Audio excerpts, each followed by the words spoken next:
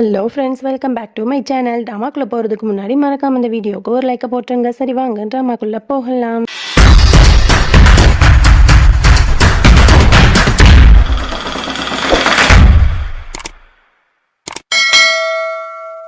Starting சீன்ல நம்ம ஆஹானாவையும் பரணிநாகினி தான் காட்டுறாங்க. அவங்க 2 பேரும் பேசிட்டு இருக்காங்க. இந்த மாதிரி ராதிகாக்குள்ள இருக்க சீக்ரெட் என்ன அப்படிங்கிறது தெரியவே இல்லையே, அவட்ட கேட்டாலும் சொல்ல மாட்டாளே அப்படிங்கிற மாதிரி ஆஹானா வந்துட்டு புலம்பிட்டு இருக்கா. உடனே பரணிநாகினி ஒரு ஐடியா கொடுக்குறா. இந்த மாதிரி டெய்லியும் வந்து ராதிகா வந்து ஒரு ஃபேக்கு போவா, நீங்க அங்க போய் பார்த்து அவட்ட மீட் பண்ணி பேசுனீங்கன்னா ஏதாவது க்ளூ கிடைக்கும் அப்படிங்கிற மாதிரிலாம் சொன்ன உடனே ஆஹானாவும் அந்த கஃபேக்கு போறா. அங்க ராதிகா வந்து லேப்டாப்ல ஆரியமானோ அவளை எடுத்த போட்டோஸ்லாம் பார்த்து ஃபீல் பண்ணிட்டு இருக்கா. உடனே ஆஹானா வந்து லேப்டாப்பை மூடி வச்சிடறா. உடனே ஆஹானா வந்துட்டு என்ன ஒரே ஃபீலிங்ஸ் போல அப்படிங்கிற மாதிரி கேட்டுட்டு, இந்த மாதிரி நீ வந்து இதுக்காக கல்யாணம் பண்ண மாதிரி ட்ராமா பண்ணிட்டு இருக்க, எந்த உண்மையா இருந்தாலும் என்கிட்ட சொல்லு அப்படிங்கிற மாதிரி சொன்னோன்னே ராதிகாவும் சரி நீங்க அடிக்கடி என்கிட்ட கேட்கறனால நான் அதை உண்மையை சொல்றேன் அப்படின்னு சொல்லிட்டு ஒரு ஃபிளாஷ்பேக்கை சொல்றா. என்ன சொல்றா அப்படின்னா, இந்த மாதிரி ஆரியமானோ அவளுக்கும் வந்து கல்யாண ஸ்டேஜ் வரைக்கும் போயிருக்கும். அப்போ அவங்க அப்பா வந்து பெரிய போலீஸ் ஆஃபீஸராக இருந்திருப்பாரு.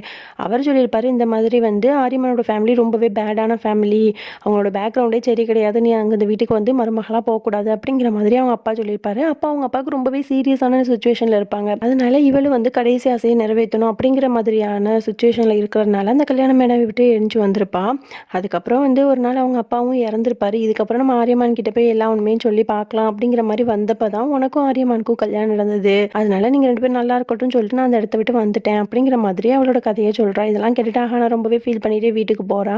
அங்கே பார்த்தா விக்ரம், ஆரியமானோட தம்பி, அந்த குடும்பத்தில் இருக்க நிறைய பசங்களாம் சேர்ந்து பேசிகிட்டு இருக்காங்க. இந்த மாதிரி ஆரியமான் கிட்ட இருக்க நியூஸ் சேனலை வந்து நம்ம எப்படியாவது கைப்பற்றிடணும், எல்லா ஷேர்ஸையும் வந்து நம்ம வாங்கிட்டோம் அப்படின்னா ஆரியமானுக்கு வந்து அந்த நியூஸ் சேனல் கிடைக்காம போயிடும் அப்படிங்கிற மாதிரிலாம் வந்து இவனுங்க வந்து ஒரு பிளான் போட்டுட்டு இருக்காங்க. இதெல்லாம் ஆஹானா கேட்டுட்டு இருக்கா. அப்போ விக்ரம் பார்த்துட்டு, என்ன ஆஹானா, ஆரியமன் வந்து ஒன்னு என்கிட்ட இருந்து பிடுங்கினா, அதனால நான் அவன் கிட்ட இருந்து எல்லாத்தையும் பறிக்க பாக்குறேன் அப்படிங்கிற மாதிரிலாம் சொல்லிட்டு இருக்கான். உடனே ஆஹானா வந்துட்டு எனக்கு ரொம்ப டயர்டா இருக்கு, நான் ரூமுக்கு போறேன் அப்படிங்கிற மாதிரி சொல்லிட்டு ரூமுக்கு போறான். அங்க ஆரியமான் இருக்கான். உடனே ஆரியமான் கிட்ட இந்த மாதிரி உங்க தம்பிங்க விக்ரம் எல்லாரும் சேர்ந்துட்டு உங்க கிட்ட இருந்து இந்த நியூஸ் சேனல்ல புடுங்க பாக்குறாங்க, அதுக்காக பிளான் போட்டுட்டு இருக்காங்க அப்படிங்கிற மாதிரி சொன்ன உடனே ஆரியமான் வந்துட்டு சிரிக்கிறான். இது எல்லாமே அவங்களோடது தானே, இதுக்கும் எனக்கும் எந்த சம்மந்தமும் கிடையாது, அதனால அவங்களோட நியூஸ் சேனல்ல அவங்க வாங்கிக்கிறாங்க, இதுல என்ன இருக்கு அப்படிங்கிற மாதிரி சொன்னோன்னா ஆஹானா இருந்துட்டு சொல்றா எனக்கு ஒண்ணுமே புரியலையே அப்படிங்கிற மாதிரி சொல்றா. அப்போ ஆரியமான் சொல்றா, நான் இந்த ஃபேமிலியை சேர்ந்தவன் கிடையாது, நான் வேற ஒரு ஃபேமிலியை சேர்ந்தவன், இவங்க தான் என்னை வந்து இவ்வளவு தூரம் வளர்த்து பெரிய ஆள் ஆக்கியிருக்காங்க அப்படிங்கிற மாதிரிலாம் சொல்லிட்டு இவங்க தான் என்னோட அப்பா அப்படிங்கிற மாதிரி அவங்க அப்பா போட்டோவை காட்டுறான். பார்த்தா அதுதான் பெரிய சயின்டிஸ்ட் ஒருத்தரை பரிணித்தும் ஃப்ரெண்ட்ஸும் சேர்ந்து கொண்டிருப்பாங்கல்ல, அவன் தான் வந்து ஆரியமானோட அப்பாவா இருப்பான். இதெல்லாம் சொல்லிட்டு ஆரியமான் ரொம்பவே ஃபீல் பண்ணி பேசிட்டு இருக்கும்போது ஆஹானாவும் எமோஷனல் ஆகி அவனை ஹக் பண்ணிட்டு அவனுக்கு ஆறுதல் சொல்லிட்டு இருக்கா.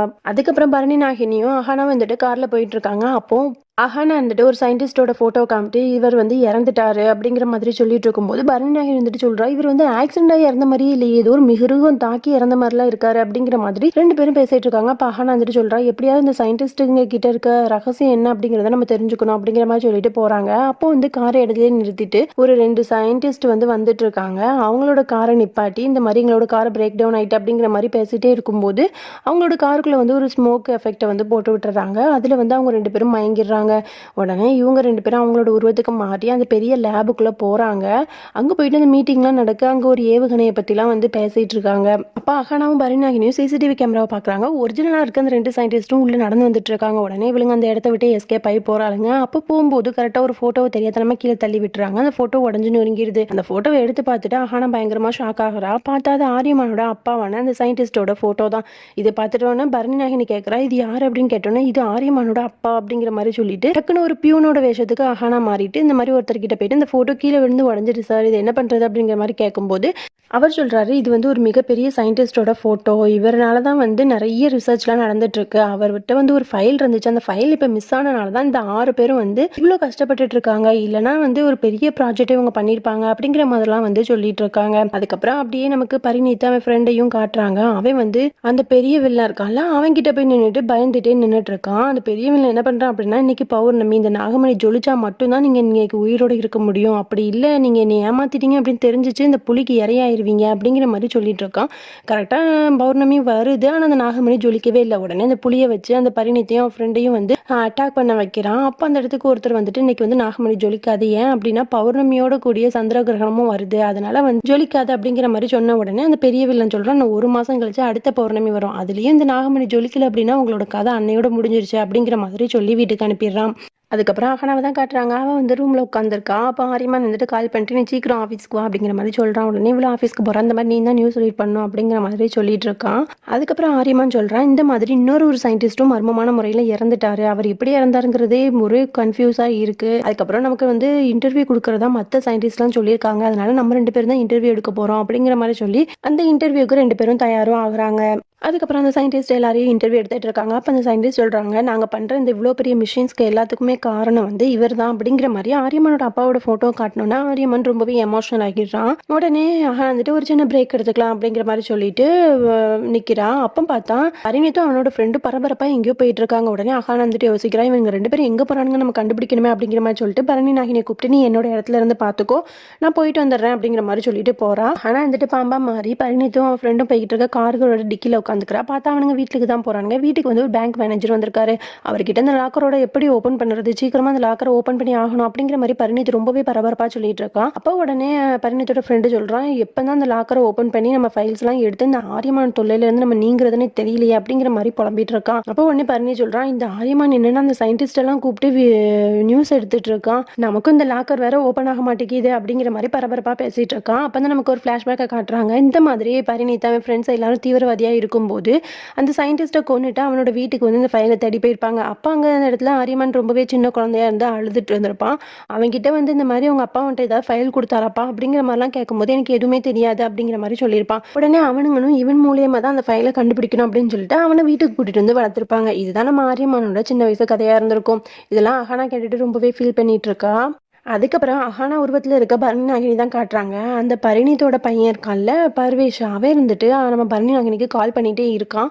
அவன் ஆஃபீஸ்க்கு வந்துடுறான். உடனே பரணி நாகினி இருந்துட்டு ஐயோ இவன் வந்து இங்கே வந்துட்டானே, இப்போ நம்மள தானே தேடுவான் அப்படின்னு சொல்லிட்டு பரணி நாகினியோட உருவத்துக்கே மாறிட்டு நிற்கிறான். அப்போ கரெக்டாக அவன் உள்ளே வந்துட்டு என்ன பேபி நீ என்ன இங்கேயா இருக்க அப்படி இப்படின்னு சொல்லிட்டு அவன்கிட்ட கொஞ்சம் ஃப்ளர்ட் பண்ணிட்டு அவளுக்காக வந்து ஒரு டைமண்ட் ரிங்கு வாங்கியிருக்கான். அதை வந்து கையில் போட்டு விட்டுட்டு அதை கிஸ் பண்ண போகிறான். அப்போ கரெக்டாக அந்த இடத்துக்கு வந்து ஆரியமானோட தங்கச்சி வந்துடுறா. அவள் வந்துட்டு இவன் என்ன இவ கூட இப்படி நடந்துட்டு இருக்கான் அப்படிங்கிற மாதிரி திட்டி விட்டுட்டு அந்த இடத்த விட்டு போகிறா.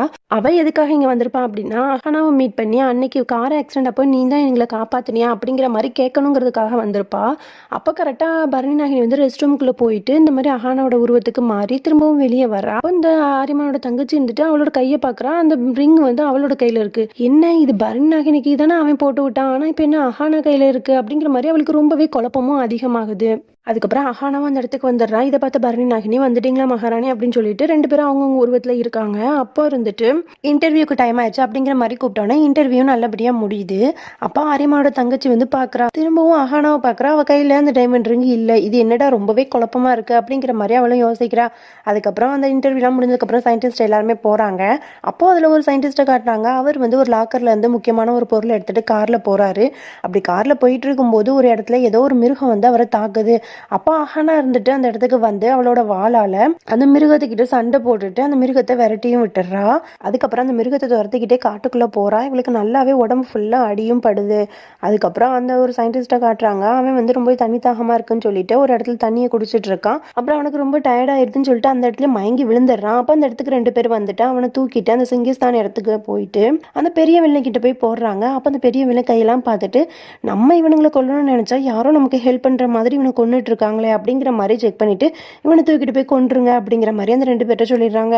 அவனை கொல்லலாம் அப்படிங்கிற மாதிரி போகும்போது கரெக்டா அந்த இடத்துல வந்து அஹானா வந்து அவனோட உருவத்துல இருந்து எந்திரிச்சு வரா. பார்த்தா அப்பதான் ஒரு பிளாஷ்பேக்கை காட்டுறாங்க. அந்த சயின்டிஸ்ட் மயங்கி விழுந்திருப்பான். அவனை வந்து தூக்கிட்டு போயிட்டு அந்த இடத்துல அஹானா வந்து அவனை மாதிரி படுத்திருந்திருப்பான். அப்பதான் இவனுங்க 2 பேரும் அவனை கடத்தி கூட்டிட்டு வந்திருப்பாங்க. அப்ப அங்க இருக்க அந்த ரவுடி பசங்களை எல்லாம் போட்டு அடிச்சிடுறா. உடனே அவனுங்க என்ன பண்றானுங்க அப்படின்னா அவங்க வச்சிருக்க நிறைய காட்டு விலங்குகள் எல்லாம் திறந்து விட்டுறாங்க. அவங்க கிட்டேயும் நம்ம அஹானா வந்து பாம்பா மாதிரி எல்லா சண்டையும் போட்டு அந்த இடத்துல இருந்து தப்பிச்சும் வந்து இந்தியாக்குள்ளேயும் வந்துடுறா. அதுக்கப்புறம் அப்படி பரணி நாகினியை காட்டுறாங்க. அந்த சயின்டிஸ்ட் வந்து மயக்கத்துல இருந்து முழிக்கிறாரு. இல்ல எனக்கு என்னாச்சு அப்படிங்கிற மாதிரி கேட்கும்போது பரணி நாகினி எந்திரிச்சு சொல்றா, இந்த மாதிரி உங்களுக்கு வந்து கார் ஆக்சிடென்ட் ஆக பார்த்துச்சு, நான் தான் உங்களை காப்பாத்தி இங்க என்னோட கார்ல உட்கார வச்சிருக்கேன் அப்படிங்கிற மாதிரி சொல்றா. உடனே அவசரமா போயிட்டு அந்த ஃபைல்ஸ் எல்லாம் கரெக்டா இருக்கா அப்படிங்கிற மாதிரி செக் பண்றான். உடனே பரணி நாகினி சொல்றா, வாங்க நான் உங்களை டிராப் பண்றேன் அப்படிங்கிற மாதிரி கூட்டிட்டு போயிட்டு அந்த லேப்ல போய் டிராப் பண்றா.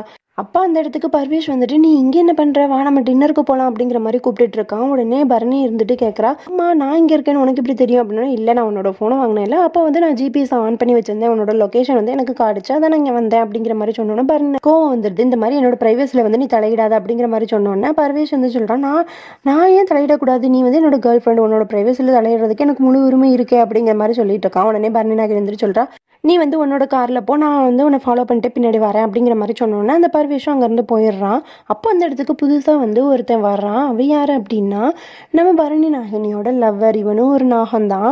அவங்க 2 பேரும் கொஞ்சம் கியூட்டா பேசிட்டு இருக்கும்போது, பர்வேஷ் அந்த இடத்துக்கு வந்துட்டு, "நீ யாருடா என்னோட கேர்ள் ஃப்ரெண்டை டச் பண்றதுக்கு?" அப்படி இப்படின்னு சொல்லிட்டு சண்டை போடுறான். உடனே பரணி நாகினி அந்த இடத்துல இருந்து அவனை அனுப்பி விட்டுடுறா.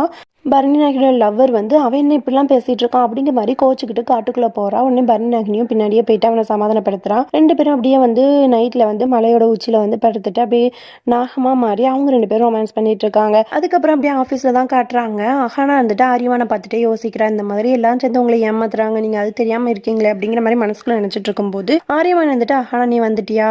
இந்த மாதிரி இன்னைக்கு தான் வந்து எனக்கு இந்த ஆஃபீஸ்ல லாஸ்ட் நாள், நாளையிலேருந்து எனக்கும் இந்த ஆஃபீஸ்க்கும் சம்மந்தம் கிடையாது." அப்படிங்கிற மாதிரி ரொம்பவே ஃபீல் பண்ணி பேசிட்டு இருக்கான். அப்போ அந்த இடத்துக்கு விக்ரம் வந்துட்டு, "என்ன ஆரியமான், வாழ்க்கை ஒரு வட்டம். நீ எனக்கு பிடிச்ச ஒரு பொருளை வந்து என்கிட்ட இருந்து பறிச்சுக்கிட்ட, அதே மாதிரி உனக்கு ரொம்பவே பிடிச்ச அந்த ஆஃபீஸை நான் உன்கிட்ட இருந்து பறிக்க போறேன்." அப்படிங்கிற மாதிரி ரொம்பவே வில்லனிக்கா பேசிட்டு இருக்கான். இதோட நம்ம இந்த பாட்டை முடிச்சுக்கலாம். இதுக்கப்புறம் என்னெல்லாம் நடந்துச்சு அப்படிங்கிறத நெக்ஸ்ட் வீடியோல பார்த்து தெரிஞ்சுக்கலாம். பாய்.